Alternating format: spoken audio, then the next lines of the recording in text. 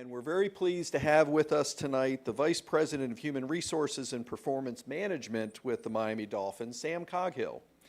She reports directly to Dolphins President and CEO Tom Garfinkel, and she leads the department responsible for the high performance or curating a high performance culture with heart through talent evaluation and development, as well as establishing processes that give the right incentives and measure and drive performance. Prior to her current role, Coghill was responsible for revenue generation through corporate partnerships for the Chicago-based W Partners, the Chicago Cubs, and the Atlanta Braves. She also worked in minor league baseball, including time with the Buffalo Bison, Indianapolis Indians, and the NHL's Atlanta Thrashers. She's a graduate of Indiana University at Bloomington with a degree in kinesiology and a focus in sports communication. She's here with she's the mother of two, Hallie and Hunter, and her husband Jeff Carr, and I think she's about to be next month, hopefully, the mother of three. So please join me in welcoming Sam Coghill.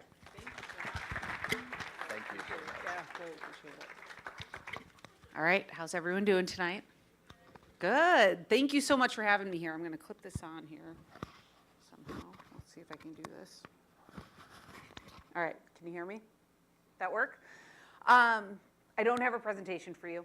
I wanted to spend some time just having a conversation about my career. I've worked for 6 different professional sports teams in various practices. It's been a really interesting ride. And I started off like all of you, like kind of sitting and going to class and understanding about what could potentially be out there from a career standpoint. And to be honest, I'm now in a position that I never thought I'd be in. I've been a revenue generator my entire life.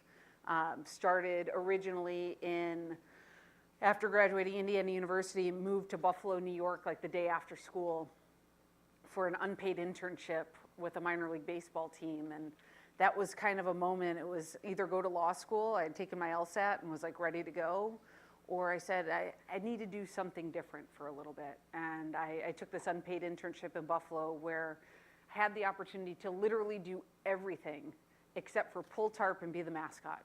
So I got out unscathed, I think, in Buffalo as far as that was concerned. But I operated the video board, I took tickets, I sold tickets, did hand-to-hand combat as far as marketing was concerned.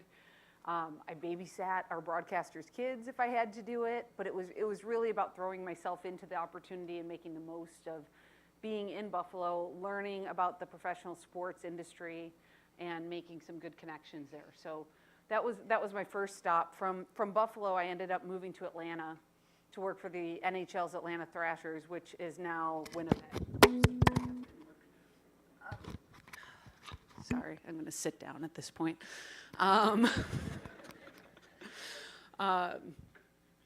So the Thrashers don't even really exist anymore, but it was a really interesting time to be there. I joined the team, and I think they lost 13 games in a row to start the season.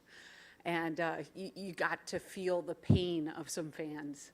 And yeah, Greg's laughing because it was tough. I mean, it was like a historic run. It was our 3rd year of actually being an NHL franchise, and the team was just abysmal. But we learned a lot about ourselves and how to market and how to make sure we kept having fans come out to the stadium.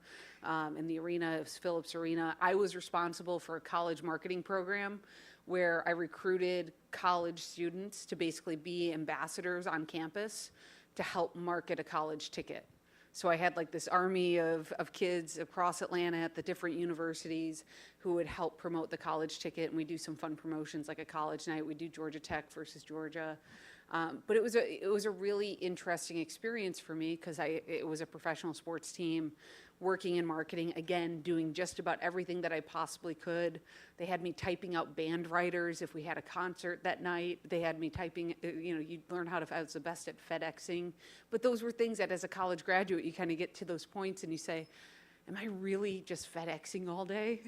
Yeah, I was. And I was really good at it. I took every opportunity.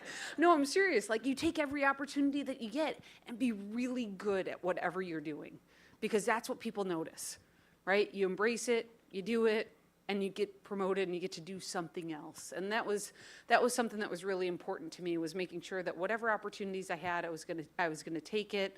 My parents were super supportive of me, of kind of like pursuing this kind of different avenue of, it's not a non-traditional avenue of kind of getting into the workforce, and they were really supportive, and I wanted to make them proud. So I worked a second job while I was working at the Thrashers, kept myself really busy, but also realized that I didn't have a ton of interview experience, and that was something that I really wanted to make sure that I was polished when I would interview. So there's this thing in baseball called the winter meetings, and every year, like if you're a baseball fan, you guys know about it because a lot of trades happen at winter meetings. All the big deals kind of go down there. It's a lot of excitement around it. But on the minor league side, there's a huge job fair, and like people come from all over the country who want to work in minor league baseball. So that year it happened to be in Nashville, and I was fortunate enough, I had a good friend, this guy named Pete Weber. He is the voice of the Nashville Predators on the radio. Really great guy.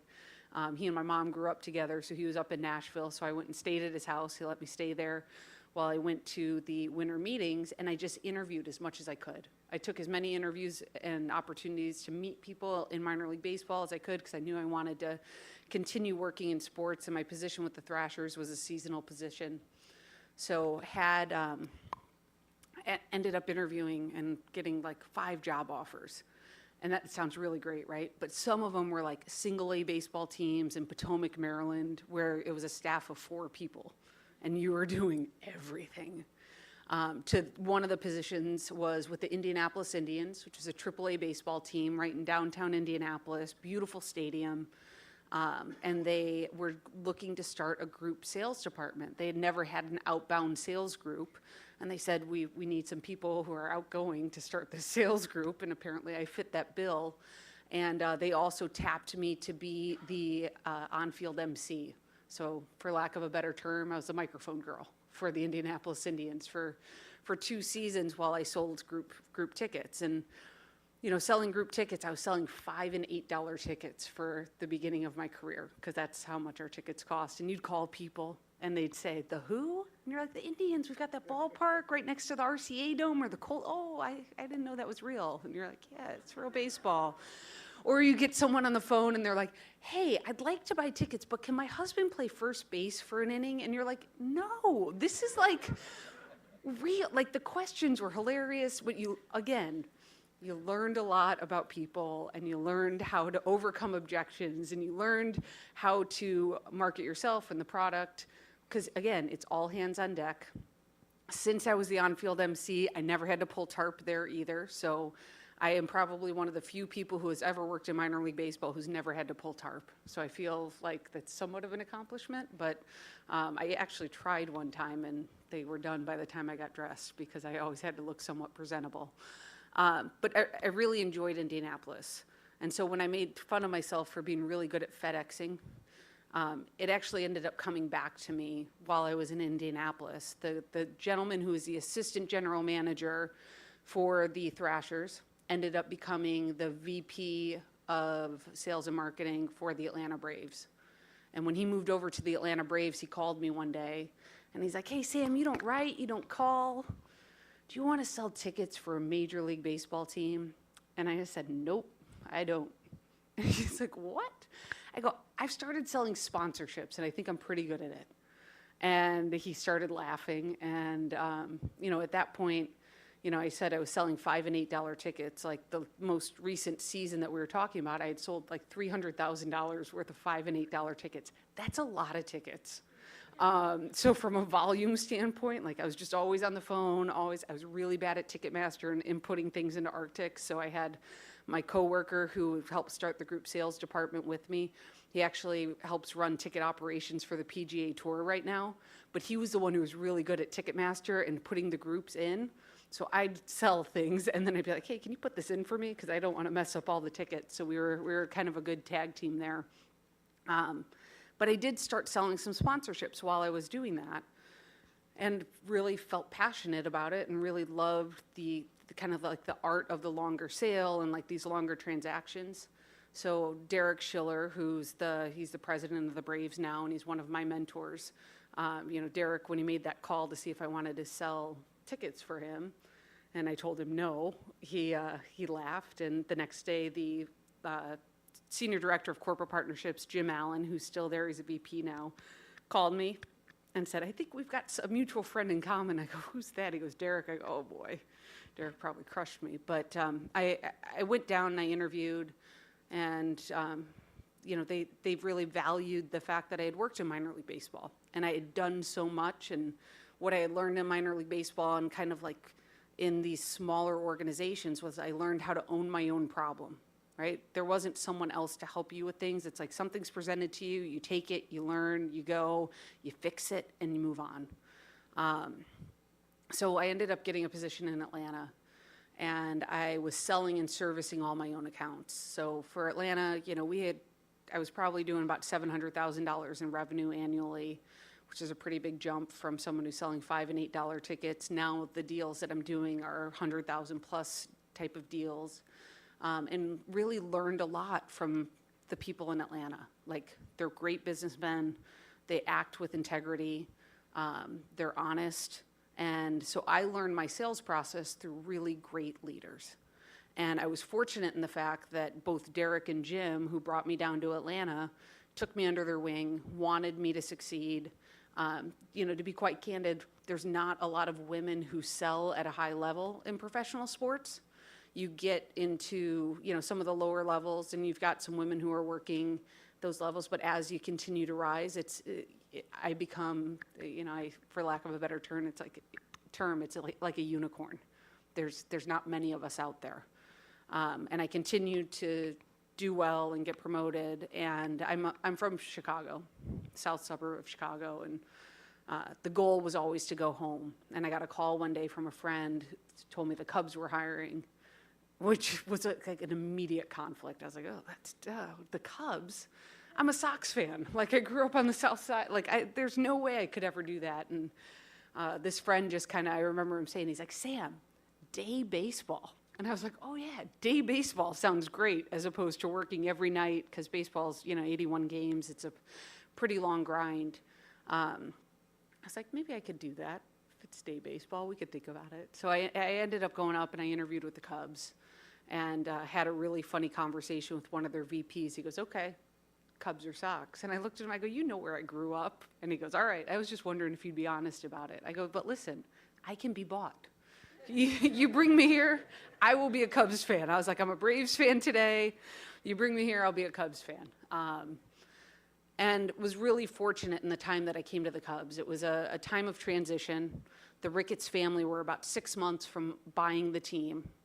And I was about the last employee that was hired before the transition from like Sam Zell and the old Tribune Company to the Ricketts family, who founded TD Ameritrade.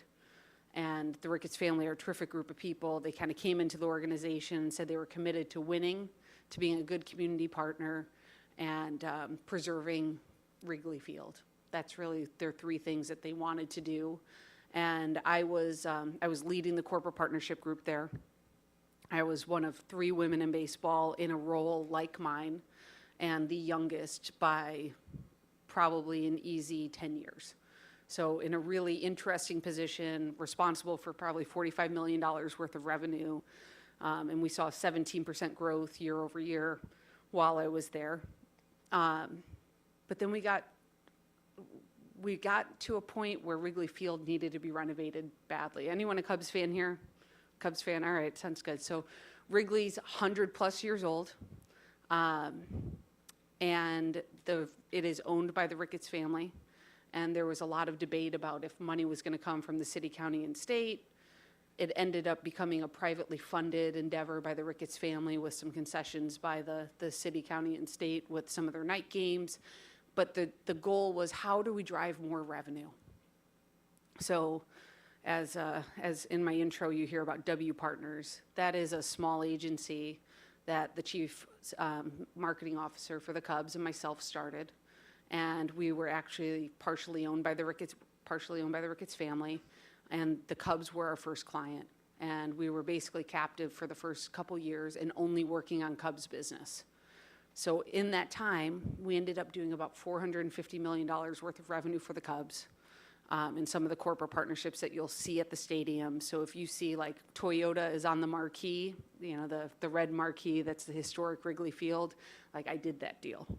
I built the relationship with Toyota over many years. I put the original Toyota sign up at Wrigley Field, which was really controversial when it went up in 2010 because Toyota was going through brake issues. If you guys remember, that was kind of a big story. So my clients at Toyota and at the agency at the time said they got a call from someone, one of their counterparts, and they go, "You guys are genius."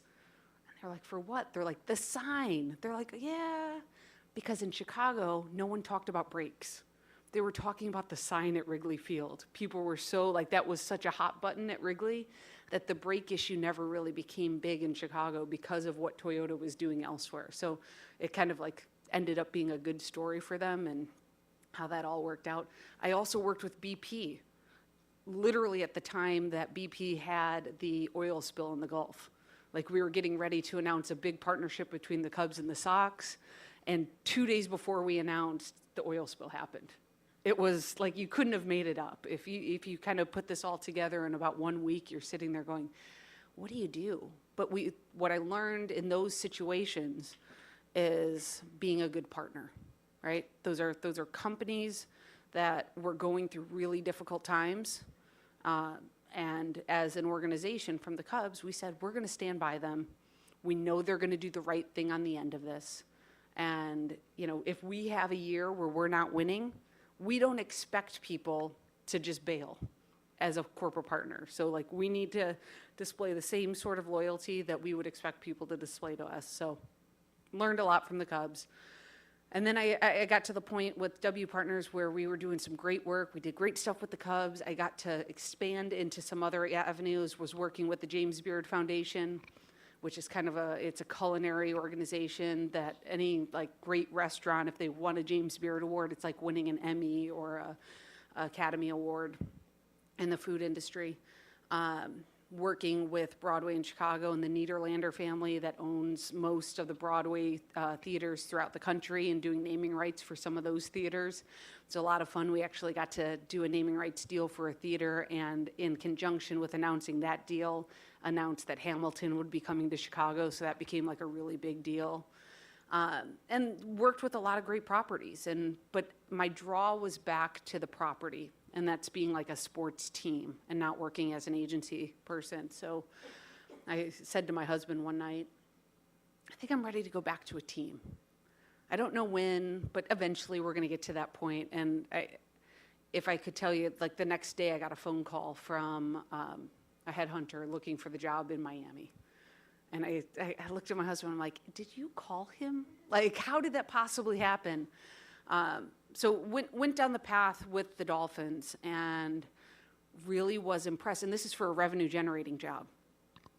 It's corporate partnerships, new stadium essentially, even though it's the same footprint, everything is new. Mr. Ross was privately funding it. So again, there were a lot of similarities to what I had just gone through with the Ricketts family, building a partnership model, really helping create great platforms for our partners.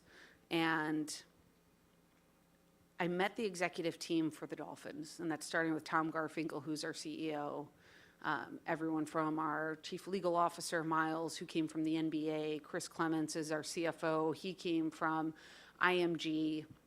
We've got people who came from the NBA, AEG, like really, really talented people on the executive leadership team. And I came home and I looked at my husband, I was like, well, it's a lot warmer than Chicago, we know that. And two, like, I don't think I'll ever find a better collection of executive leadership that I can learn from and grow and develop. And that was something that was really important to me, because as I was looking at making another transition, this is going to be the 6th team that I've worked for. It wasn't necessarily at this point about getting a job, because I liked what I was doing. It was about surrounding myself with the right people that I fit into the culture with. I believed in what they were trying to do as an organization, and thought that I could learn a lot. So your priorities shift at a certain point. At one point I wanted to just get back to Chicago. That was what I really wanted to do. Another point, you want a full-time job. This was more about finding the right job. and finding the right opportunity to learn and grow. So I came down, joined the Dolphins. In the middle of the renovation, they're putting the shade canopy up, so we're actually working at a office building on Las Olas, which was kind of fun. Like I didn't know Fort Lauderdale, so you got to go there, but you're in this little office building. We were literally working out of classrooms. It was a really interesting time before we got to move back to the stadium. Moved back to the stadium in July.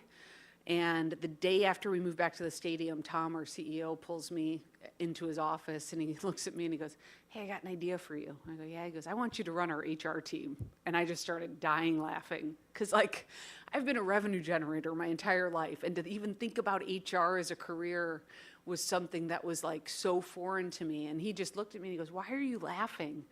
I said, "I wish my husband were here." And he goes, "Why?" I go, "Because a month ago I went home and I told him, I'm not sure if this is real, but I think Tom's trying to see if I'm a fit for HR." And this is 100% a true story. Tom and I had had a couple conversations over a couple months, and I was thinking about it and reflecting on kind of what had happened over a day. And I was like, I think, and I knew he likes to think differently about career growth. So this is one of the cool things that I've learned at the Dolphins, that career growth is not linear. So up until this point, you know, I've been rising through the ranks as a seller and a revenue generator. And I get to the Dolphins and Tom identifies something different in me, that while I might be a very accomplished seller and that's what my resume tells him, when he looks at me and he looks at my skill set and he understands who I am and kind of what makes me tick, he sees a different skill set in me, and that's like the human connection. And that's, you know, helping drive performance and helping, you know, really act as a counsel for people within the organization. So we had a long conversation about what that would look like. And at the end of it, I said, yeah, sign me up. How could I not take the opportunity to learn something so different, to put some more tools in my tool belt, to really round me out as an executive and a professional. So this is about a year ago now.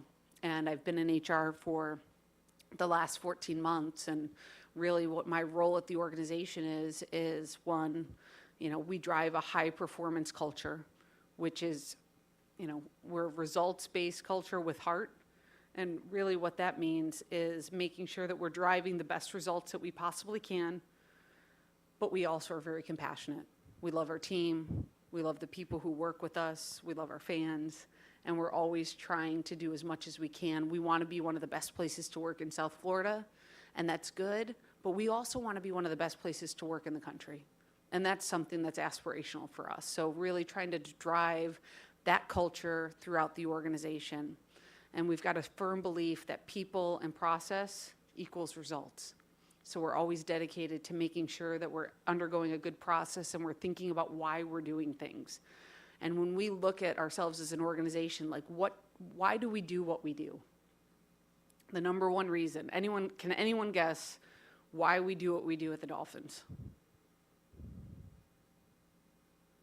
No? So I'm on the business side, but every single thing that we do, we want to win a Super Bowl. That's it. That's the number one goal. So even though I can't affect what happens on the football field, I know that the things that I do inside the office help us in some way be more successful on the football field, whether it's through driving revenue, through helping manage the people who are driving revenue, creating a great fan experience so people want to come back to the games.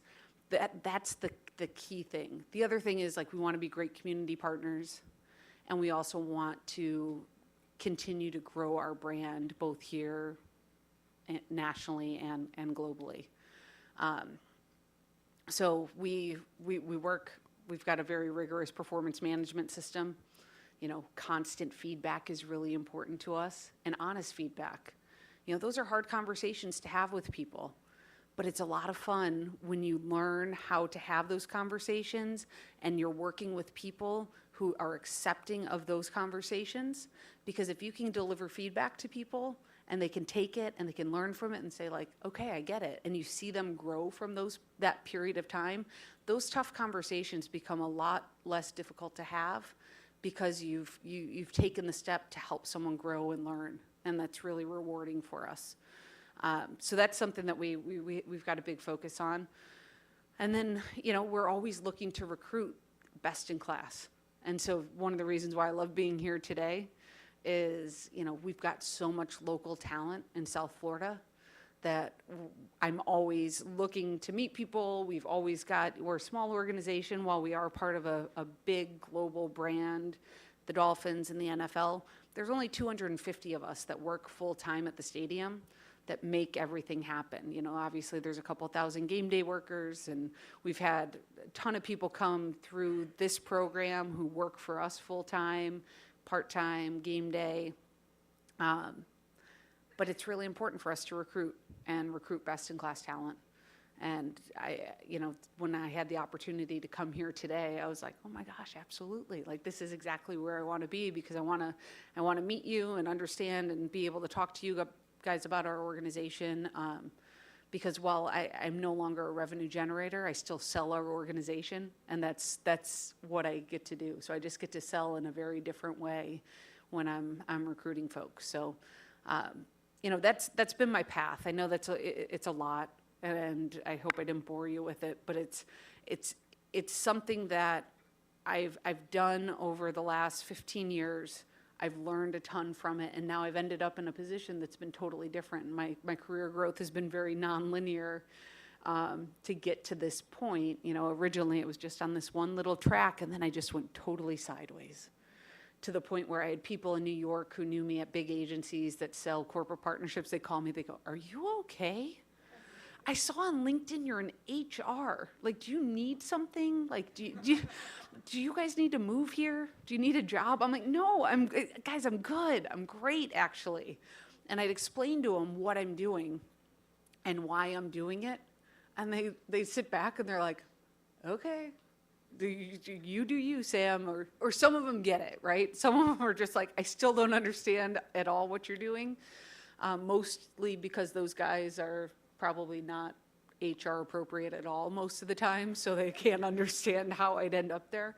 But anyway, this has probably been one of the most rewarding 20 months of my life. I mean, not to mention, obviously, as we mentioned, I'm a mother of two. I've got another one coming here in about 5 weeks, so I keep myself pretty busy. But I wouldn't have it any other way.